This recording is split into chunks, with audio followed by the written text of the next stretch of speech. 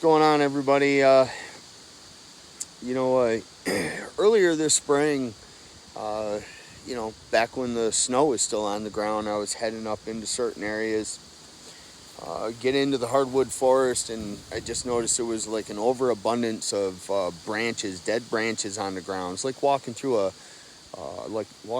brush pile in areas.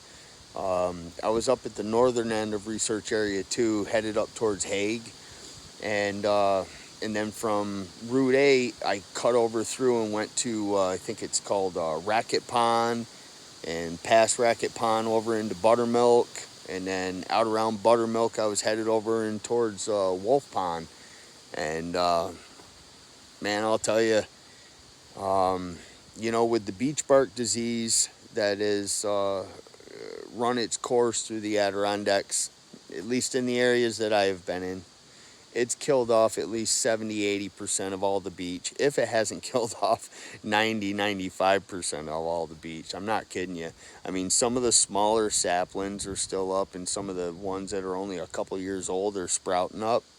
But big beech, they're just all knotted up, and they die quick. I mean, it only took just a couple of years, and some of the ones that I saw that were just getting it today, they're done.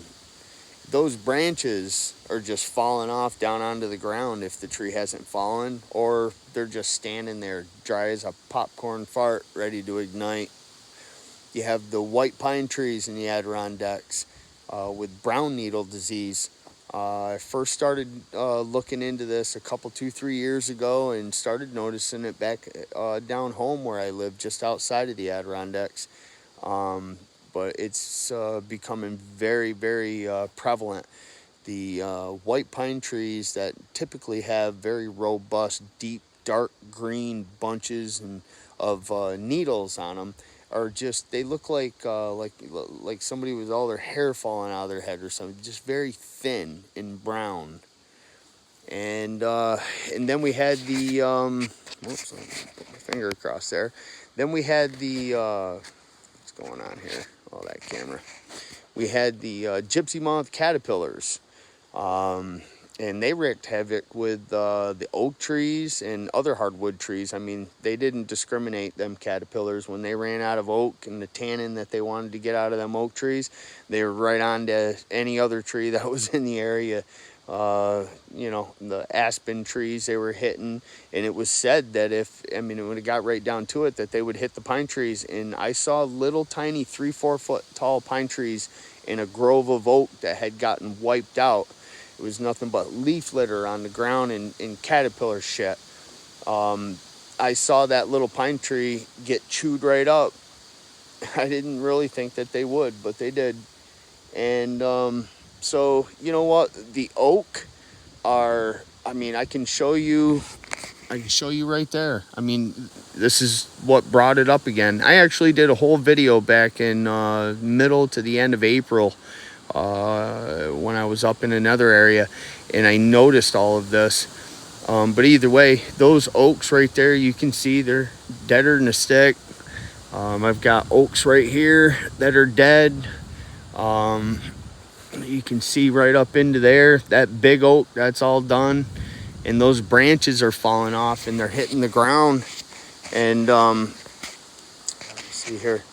Yeah, all right. Well, I guess what I'm trying to say is that if you live in the Adirondacks, be careful this year. Let's do our part. Let's not burn this damn forest down, because if in my lifetime, I have never, ever, ever seen so much fuel in the Adirondack forest ready to ignite as I see walking through the forest today, all spring long. And I'll tell you what, those white pine trees, that's probably the last tree that you would want dead, dry, ready to ignite. The pine pitch in those trees, you take a white pine cone, all right? And you can take a lighter in the pitch that's on that cone and just hold the lighter to it, and it'll start snapping and cracking. It'll light right up like gasoline. Those trees will explode into flames. So let's hope we don't get no lightning. No bad camper. Don't be a bad camper. All right? I don't want to burn this damn place down, man. I probably will post this. And please share it, especially if you're local. I really do think that the Adirondacks is in danger of major wildfire. In my opinion, if it gets dry, we're in trouble. All right.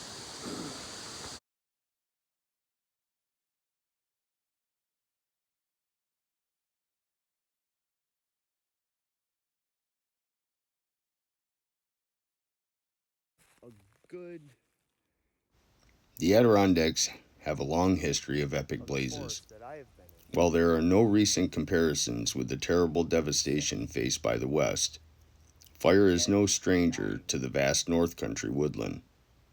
Whenever drought conditions exist, there is a heightened risk for fire. There are two main reasons for fires in the Adirondack region, one in the spring and the other in the fall. The spring fire season stretches from the time that snow melts until green leaves start to appear, usually from April until late May. During this time, there is an abundance of dead leaves and vegetation on the ground from the previous autumn. Spring winds dry out this material, creating fuel for fires. The spring of 1903 was a perfect example of these conditions. The only spring moisture was supplied by snow melting in late March. Followed by a 72-day drought, the unusually dry spring resulted in a number of forest fires that burned over 600,000 acres in the Adirondack Park. Because from my experience, we're in trouble out here.